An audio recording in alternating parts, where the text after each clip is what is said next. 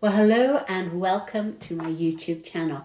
My name is Jane, and today I'm going to be talking about a textile exhibition that I saw when I was in Paris, and particularly three artists whose work I particularly loved.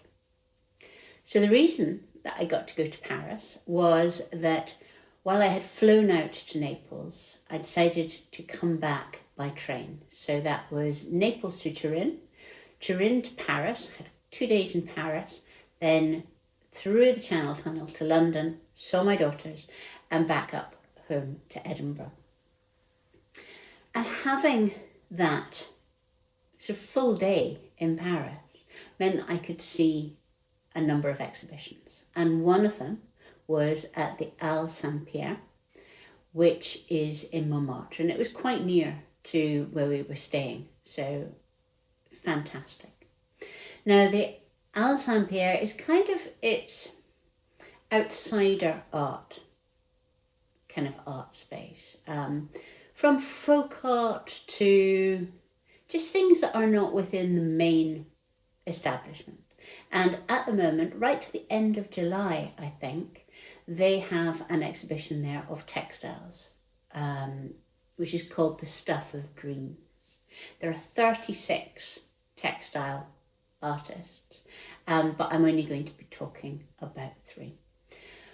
But I also wanted to mention this art space or gallery or whatever it is, because it struck me as being a really rare space.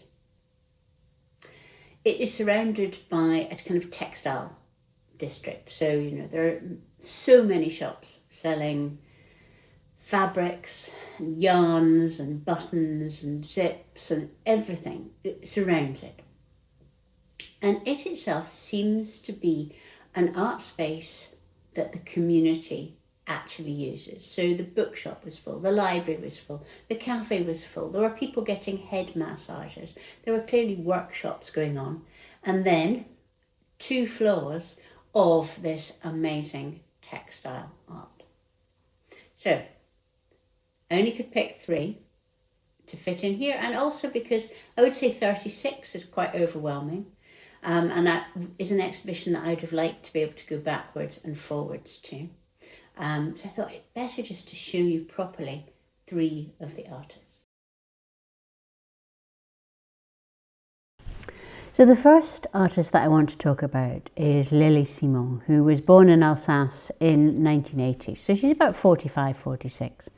And she trained at the Beaux-Arts, but her art has always been really an outsider art.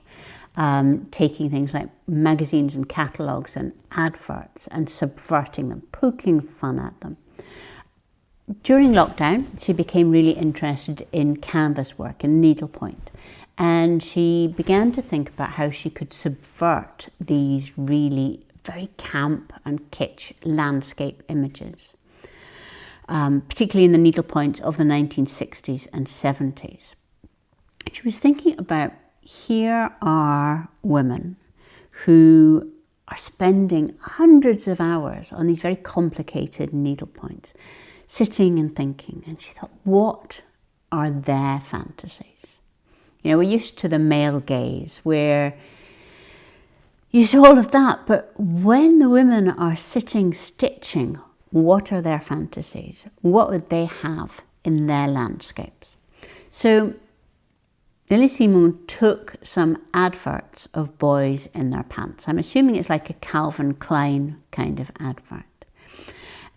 And she decided to insert these images into the canvases. And these are the results. I think they're very funny, they're very understated.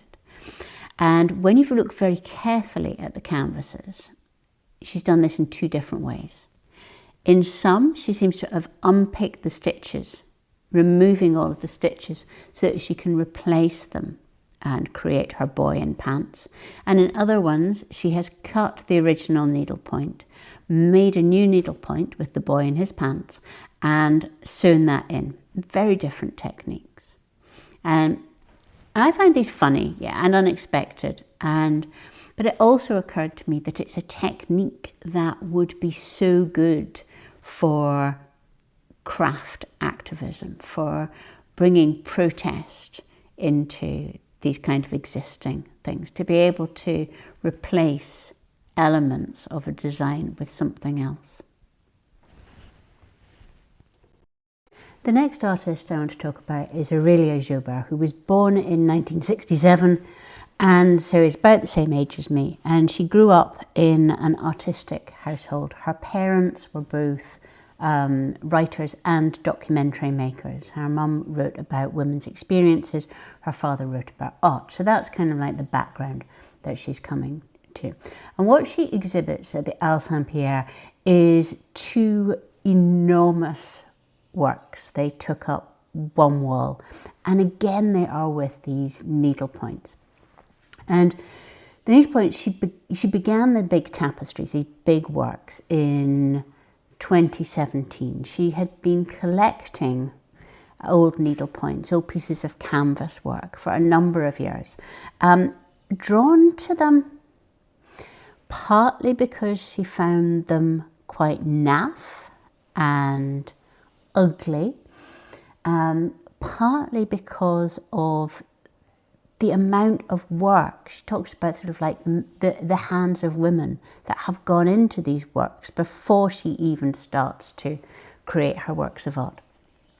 And she decided that all of these women's art, all of this kind of very domestic work, should be made into something that was larger, more monumental, and more like those enormous medieval and Renaissance tapestries. So right from the beginning, she conceived this on this enormous scale. And she wanted it to be in the same way that those tapestries have like a background and a middle and a foreground. She has that, but also they tell stories or have things going on that look kind of random, and so she has that. And there is a wonderful YouTube film which shows her working in her studio and how she actually puts these together, cutting up needle points, giving a person a stag's head, sewing little sort of patches of the bigger work together on her sewing machine, putting it all together, walking round and round. And one of the things that I loved about these pieces, and honestly, they were just so joyous, and people were standing around for ages looking at these because there was so much to see. But one of the things that I love is that she uses some of the tapestries back to front. So you see the backs of the tapestries, which she feels is a bit like having your workings showing in a piece of art, the pencil sketch, that kind of thing, and it gives a little bit more life. And also one thing that I loved is that there are such a wide date range for these, because she's been picking them up, and it's not that she's necessarily been picking up the tapestries with a finished work in hand. She has been collecting and collecting and collecting, and then laying it all out and looking at it and creating something from all of these other creations. And she has things there that are maybe from the 1890s and things there that are from the 1980s. So it's, you know, a wide range of women's art goes to make up these incredible room-sized tapestries.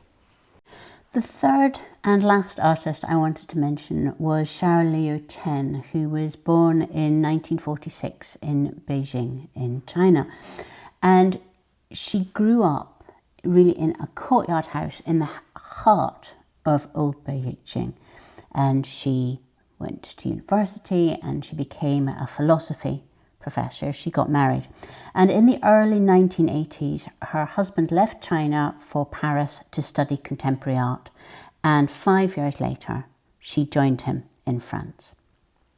And they looked through all of this sort of galleries of Western art, and she became very adept at bridging Chinese art and Western art, and started to work for an interior design firm. Then she made a brief return to Beijing, and she discovered that modern city had swallowed up all of the alleyways and courtyards that she remembered from her childhood. And when she returned to France, she began to make collages. These are collages that were for herself. Everything in the exhibition came from her personal collection. And they are made from tiny, tiny scraps of fabric, collaged into this teeming, vibrant landscapes or cityscapes that hark back to the lost city landscape of her childhood. And again, there were people who were just standing in front of these pictures, looking at all of the details. And in some ways, they reminded me a bit of Richard Scarry's Busy Town books, because there are things going on in every area of these pieces, all made from tiny, tiny fragments of fabric. So I think that it's clear that if you have lots of needle points piling up that you have rescued from places, if you have lots of tiny scraps of fabric that you're not quite sure what to do, this exhibition at the Halle Saint-Pierre in Paris, which runs still and for a few months, it goes on to the end of July, I think, has so much inspiration.